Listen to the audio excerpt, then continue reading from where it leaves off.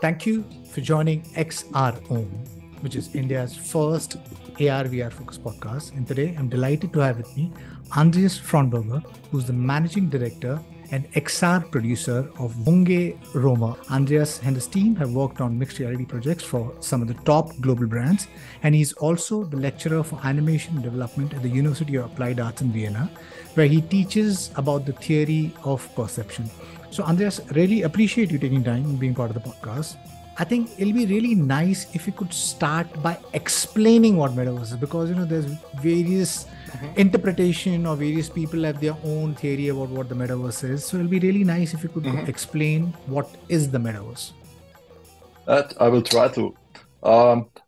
First of all, there are those new immersive media technologies that are coming up or already are being used, like virtual reality, where you set up a VR device on your eyes and you can dive into a different world, or augmented reality, where you use a VR device, like an AR device or a mobile phone, to enrich your real world, your environment, with augmented digital content. The whole thing is also being described as spatial computing. And since 2 years or so, the word metaverse made the round. Even if it's an older concept, it's been invented by Neil Stephenson, a cyberpunk author of the late 90s. And in this book, Snow Crash, he invented this word and idea. And since then, many international companies such as Facebook, which is now named Meta, of the Metaverse, are hunting behind the idea that people are going to spend a lot of time in a digital environment, connect to each other without being there in the real world, like we two do now, but in a more digital 3D internet sense. And that is where the 3D internet comes in. The metaverse is kind of a three-dimensional internet where you can own things, you can sell things, you can travel, and you can have many different appearances. Also, there are many platforms, some of those just on a computer, like Fortnite, or kids love to use Roblox, or there are things that happen more in virtual reality, or platforms that connect those worlds together. Maybe talk about Sanskrit. What was it that caught your attention to start learning Sanskrit? I'm out of a polyglot family somehow. Everybody in my family is talking multiple languages, and I know my brother learned Arabic, and uh, I did yoga and things like that since long time, since I was 16, and I know my wife is out of an Indian family. Her mother was one of the first, was the children of the first couple of the first marriage that came out between a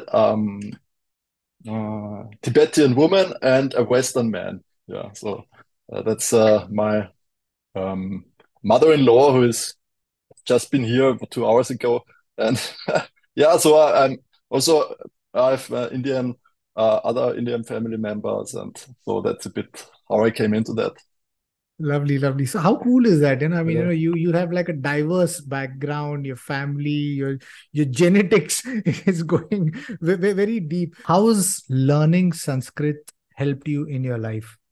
I think they are just simply really beautiful musical interpretations, and there are very precise rhymes called mantras that can really help reconnect yourself in difficult times, or if you want just to get calm, or if you see yourself overwhelmed by things like artificial intelligence, then you could just have a look at those things and realign to mm, possibly what's really important to you.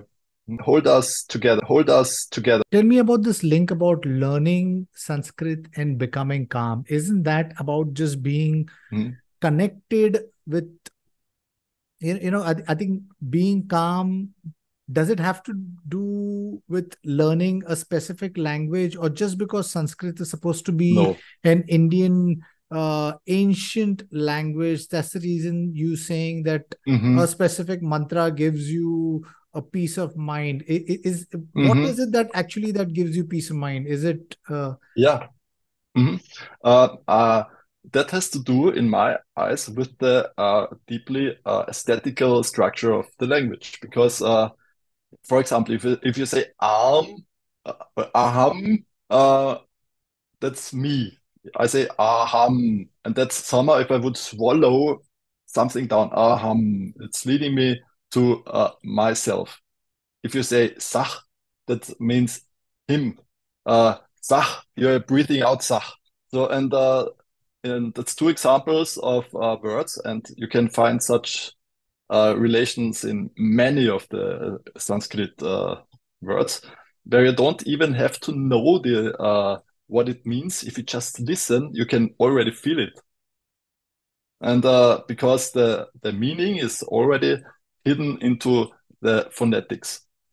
right? So you're saying the frequencies are in a way where it helps you a lot. Like, I mean, the way you explained that the gulping down a breathing, or the breathing. So even Om itself, I mean, I'm not so very, I mean, knowledgeable about but it seems that when you say Om, the frequencies kind of align with the universe. There are many sayings about that.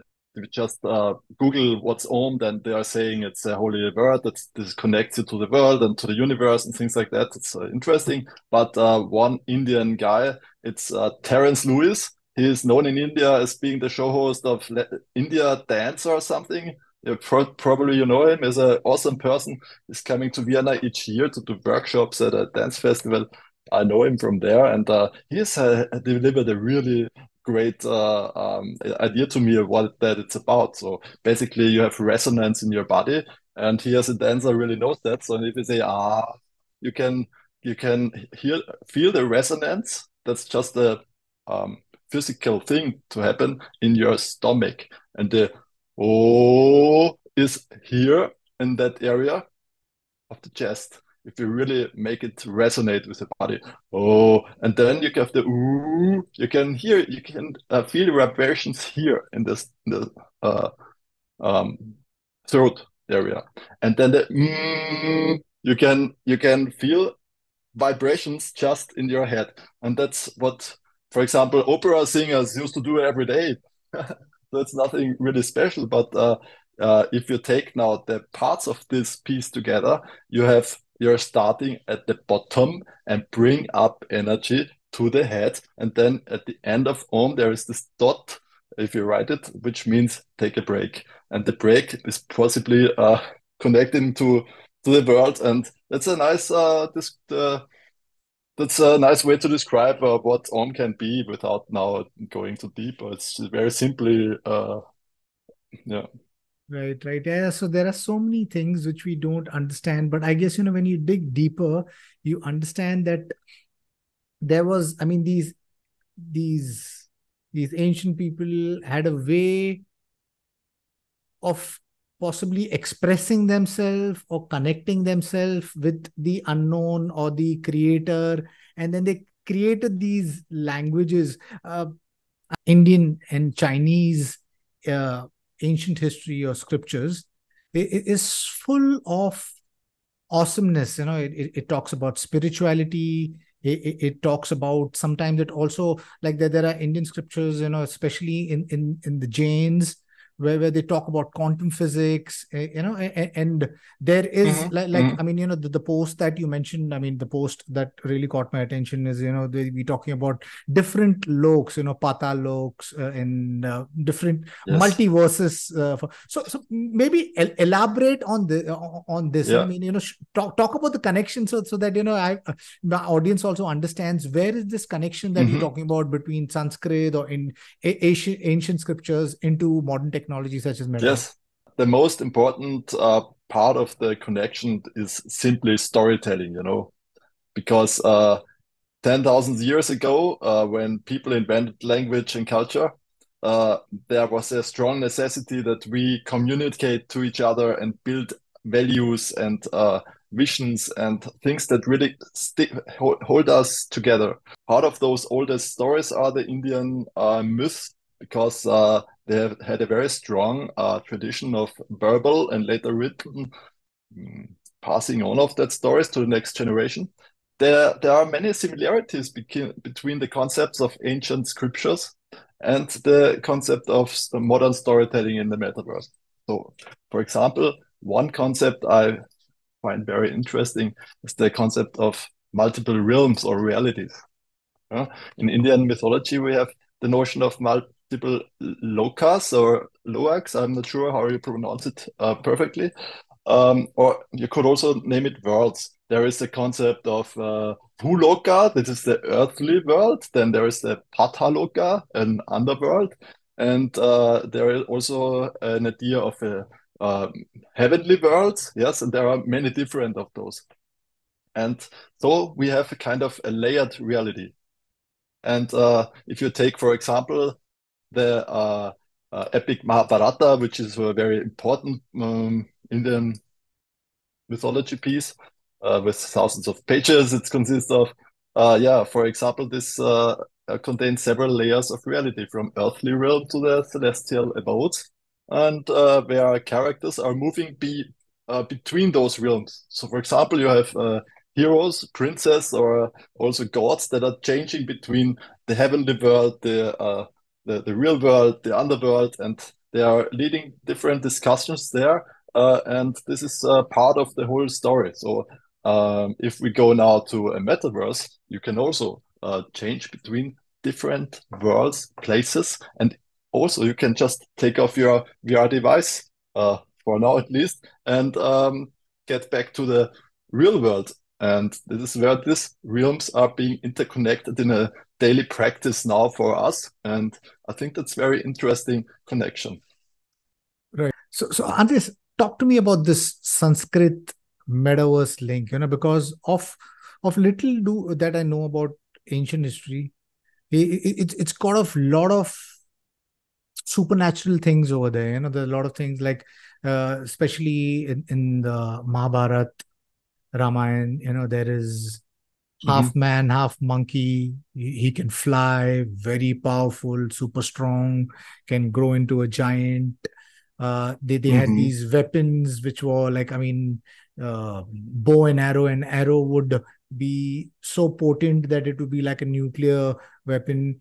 Talk to me about these references. Difficult to kind of even fathom at this point in time. Would you like to talk about that a little bit? To bring it to our actual real world, some days ago I've been sitting together at the campfire with friends, and we had to get creative in order to entertain ourselves, and we invented stories, which was very entertaining thing to do. And in a world where you don't have television, smartphones, and anything like that, I think the fantasy is really being challenged to invent things. And storytelling has been, the very major culture of human history anyway. So I think it's not that hard to imagine just super weapons. Kids do that. And spaceships or other realms of our fantasy that we could travel to, or gods could travel to and from. In the Greek gods, for example, they also have been able to travel between heaven and earth and to change their personalities and to change their bodies to animals. The same has been the case with Indian mythology. There is this content of fluidity of identity in ancient Indian philosophy. In many cases, Indian stories of the time, deities and beings often take on various forms, much like the concept of avatars in cyberspace and online environments. We already know that. And there is also quite a big story to that. So if we take the Mahabharata, which is a very Mahabharata, which was a very important Indian epic. Part of it is the Bhagavad Gita, a founding scripture of many religions, and for example of Buddhism. Yeah, there you have the concept of avatars, and what is an avatar? We have this word now we use every day. Even our kids use it, but it's a word that's a Sanskrit word from Indian religion and philosophy. So we can have a look at that. It's a word from Sanskrit, and the word avatarana is meaning descent, and it refers to the earthly incarnation of a deity. Particularly in that book, it is Vishnu, and he descends from heavenly realms to earth to restore his dharma and things like that. And when it is threatened by extreme chaos and evil. So he kind of uses these techniques of transformation in order to resist to very bad things, yeah, and war and things like that. And each avatar has a specific purpose, often related to combining a particularly form of evil. Yeah, that's really in the stories, and this really binds us a lot to avatars because, especially in video games, because if we play a game, we often have the possibility to choose our own avatar with the fitting powers and with the optimal look and with the optimal sound and weapons to get through that mission. Mhm. And so there is a strong relation between these two concepts of avatars. And yeah, each of those avatars have specific purposes and roles. They also serve specific roles. For example, Krishna is a avatar of Vishnu. It's a very well-known avatar. Yes. Maybe elaborate this a little bit more, your knowledge on it. And you mentioned that everything seems to be a story. So you're saying that some author back then, Mhm. I mean, wrote all of our scriptures, whether it's the ancient Indian scripture, ancient Chinese scripture, or it's a product of storytelling. People Yes, imagining these things and creating stories. So these gods that we have created, basically, they are a product out of a storytelling. Is that what you're hinting at? that's what modern science and archaeology are thinking. Yes. I think somewhere down the line, unless you're right, because I guess everything is an output of a story. When we are not able to understand something, you kind of you with your imagination, you kind of Hmm. fill the gaps and create these things. And over the years, we identify those stories and believe in it so much that we Yes. make it real. We make it real, and Mm. then it becomes a belief systems, and then those stories, we create gods. I mean, whether it's the story of Jesus Christ, or whether it's story of your Allah, or whether it's the story of Ram and Lakshman, or any. Hmm. So these are largely stories written by these great authors, and over the years we have interpreted them or made them as or created I mean, made them into gods. Is that what you're hinting at? In the end, it's not so important where these stories really come from. Have they been given to us by a, I don't know, by a mysterious plate served by God, or has it been just put into our minds? That doesn't really matter. Everybody can make his own sense of that. But what modern science is saying is that um, those stories have been brought up due to social pressure and also survival pressure. And for example, Yuval Noah Harari, an important mm, historian, he says what Harari is suggesting is that we had the ability to build strong social bonds and connections via storytelling. We are building shared ideas and values and visions, and we use storytelling for that. And this is our main power as Homo sapiens. And this is why the Homo neanderthalensis, for example, the Neanderthals, Talents, did not survive. That's what science says, because they had even bigger brains than we have. They had stronger bodies than we had. But we had the ability to form together as a tribe and build up this social connection and communication that other types of humans and also animals didn't have.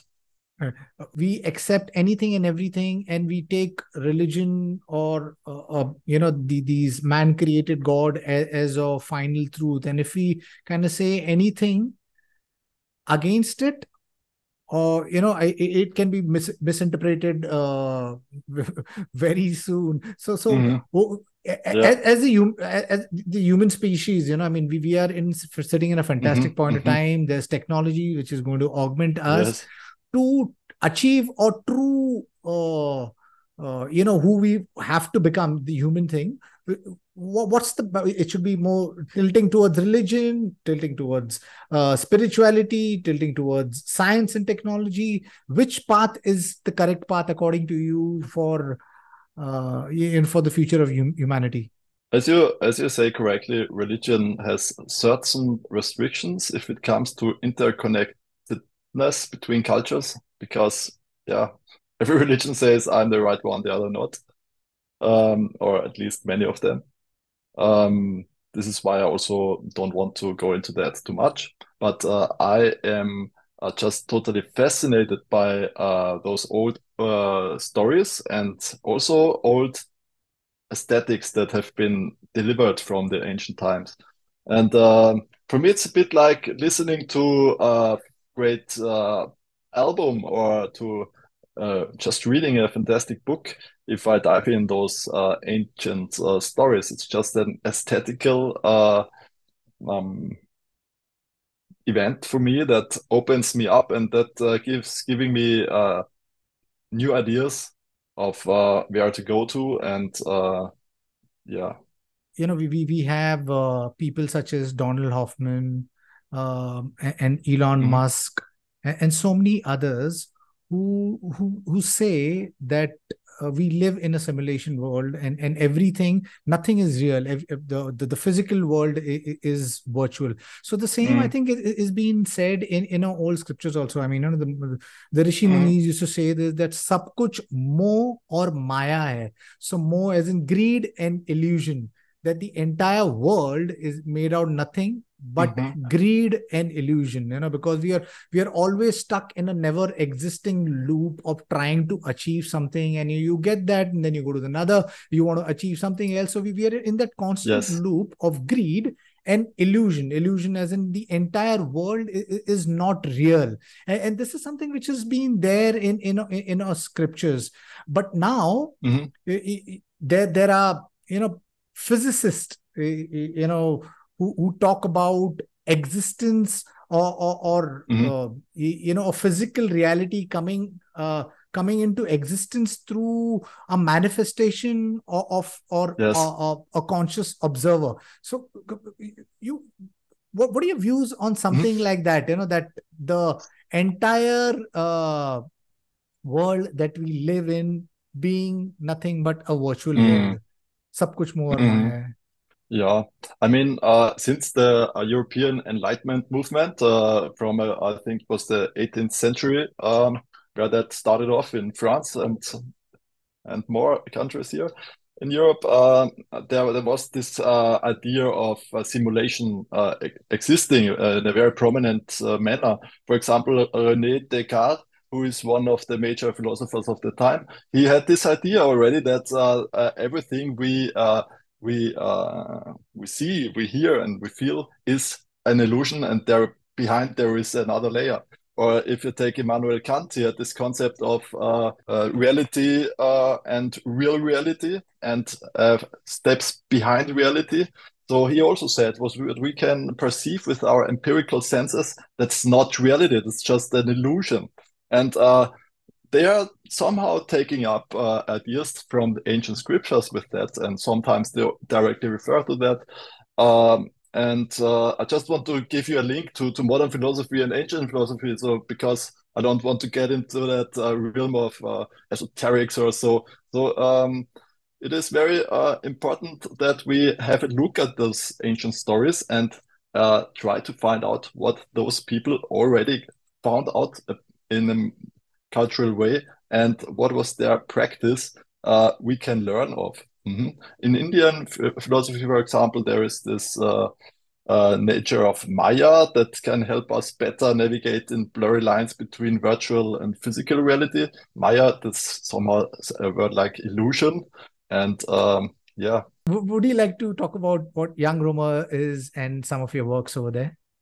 We are providing immersive storytelling services for international brands, such yeah, with a focus on marketing and sales. And we are helping those brands reach their goals in the areas by using immersive experiences. We create that experiences for them, we conceive them, and also reproduce them. So part of that work is storytelling or also development, immersive filmmaking, and also rolling out that content in form of virtual reality applications, interactive website, and other formats. Could you talk about some of those experiences and how it has helped brands? Yeah, for example, we did a sales experience for Hilti. That's a very important international building company. They are constructing and they're there for the digitalization of the building sites. And in the sales funnel, at the very end of the sales funnel, there is the talk to the manager, to the chief stakeholder, and it's been quite a work to get there. And then you would have to tell all that stories you've been telling the other workers in other stages before to get to the boss. But that would be a very long discussion. So we quit that, and instead of this, we are taking the decision maker into a virtual reality device where he is having a very rich and intense and convincing experience in virtual reality. He is being transported or beamed to the building site, and this has a closing quality. So we are scaling this application globally, and so we'll keep on producing new content. So far, like you were in the beginning of the course conversation, you were mentioning that most of our interface, whether it's your TV, whether it's your mobile screen, whether it's your theater, we still restricted to the 2D interface, though there are companies who are like building glasses and possibly it could be the next interface. What do you think will it take for humanity to transition to the 3D world? What could be that application or that will push us, everyone, to experience or take on to get into the AR, VR, MR, metaverse? Well, first of all, we are in a 3D world already, so there's not no real necessity to change that because it's 3D already. But in sometimes it's just interesting or has very clear opportunities in it if you have a different three-dimensional world for social connection, for example. You could spare out having to do difficult and expensive business trips, airplanes and hotels and all that stuff involved, but just getting into VR and meeting people. This can always get done better than now, but I think that's quite a killer application if you do it really right. And then you have storytelling. For example, movies now. If you see a movie, large teams spend 2 or 3 years of work to get this story right for a 2 hour experience. If you in the metaverse, you have the necessity not to build just a timeline based experience that would entertain you for 2 hours, but you would have to build the complete world, anything. You have to take the images on the wall and they have to tell a story. And if you visit the people in those images' homes, there has to be a reason why they are represented in another person's home. And you have stories of the neighbors of these people, and then you have everything, and this is very hard to do. So why I believe that's one of the main reasons why this has not been rolled out too much now, because it's very difficult to produce such experiences. But as now artificial intelligence tools are coming to assist us in building large-scale worlds, which will take up speed a lot, I think. So I think, we need to collectively find out where does humanity go and how do we go to a place which is better by leveraging the old tradition as well as the new, because I think most of the time when we are looking at creating something which is futuristic, we always leave behind the old, but I think today we need to look at old, whether it's the Indian culture, whether it's the Chinese culture, whether it's culture from Austria or anywhere around the world. I think diversity will help us create a better world, because so far I think the entire world has been very singular. It's always been America, which has always been dictating about anything and everything. But today, I think we're living in a very global, hyper-connected world where anybody and everybody has got a voice. All we need to do is stand up and be counted. And so we're in a fantastic space. So leave my audience with some thoughts of yours on how this future world is going to look like with technology of, and a blend of past and the new. I've always been a fan of science fiction, and there are those stories that show us a dystopian world in the future. One of those books is Snow Crash by Neil Stephenson, which is actually the founding word of Metaverse that's been coming out of that dystopian book. I don't know why. So possibly we have to skip the word and this word and go to a new word. We should look for such a word together. For example, now there is a new type of science fiction which is called solar punk, and I think that's very interesting because solar punk is describing a future where we have mastered all those difficulties that you just described, and all in front the climate crisis, and is giving us a utopian idea of where we should be heading to. And this is, I think, an important thing to have, because just living in fear, that leads to nothing. So we have to open up to new ideas, and also old ideas, which can be new to many of us also. And then we have to find this vision and develop a fireside chat idea of where we are heading to, each of us and this tribe together, and do a lot with responsibility. Yes. Yeah, I think that's a profound note to end on, responsibility. I think for the first time, I think people are understanding that we are all responsible for the entire world, and that's what COVID kind of showed us, because when COVID happened in China, nobody thought that the entire world would get affected, so but that's what the world that we're living in. What happens in a small place, in a small rural area, can actually affect the entire world, because we're living in a hyper connected world. And in that world, I think we all need to take responsibility. We need to understand that overconsumption without conservation is leading to a world which is going towards a global crisis, which is going to lead to the death of us all.